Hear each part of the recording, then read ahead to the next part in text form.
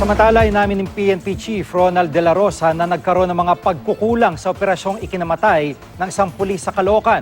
Kinwestiyon kasi ng asawa ng namatay na pulis kung bakit walang suot na bulletproof vest ang mga operatiba. Narito report ni Athena Imperial.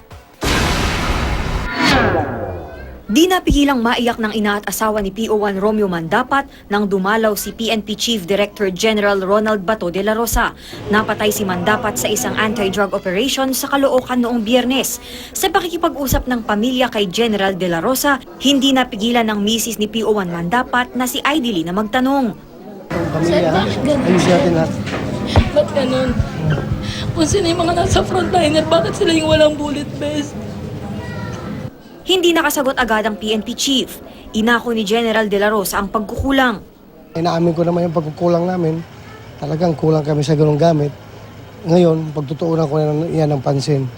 Maghahanap ako ng pondo para pambili ng yung best. Paliwanag ni De La Rosa, hindi nagsusuot ng bulletproof vest ang ibang pulis, lalo na ang mga miyembro ng special operatives dahil lalong magiging kaduda-duda sila sa mga suspect. Itong mga intel operatives, yung mga special operatives, yung iba dyan, meron, yung iba wala.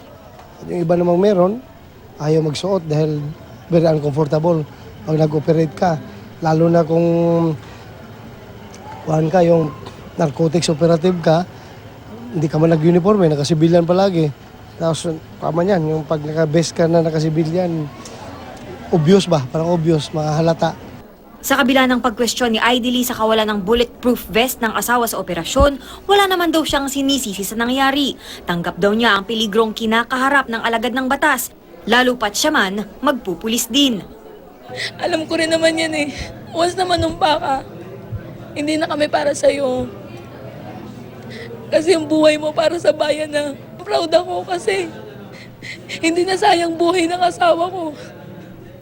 Isa pa sa ikinalulungkot nito, ang pangarap nilang mag-asawang di na matutupad, ang muling magpakasal. Kung papala rin ako maging pulis, kaming dalawa na kayo uniforme sa altar. Pero di na mangyayari. Sabi ko sa kanya, bumalik ka naman sa katawan mo, kailangan ka namin ng mga bata. Nagpasalamat naman si Idly sa tulong at pag-aasikaso ng PNP sa kanyang pamilya. Athena Imperial, GMA News.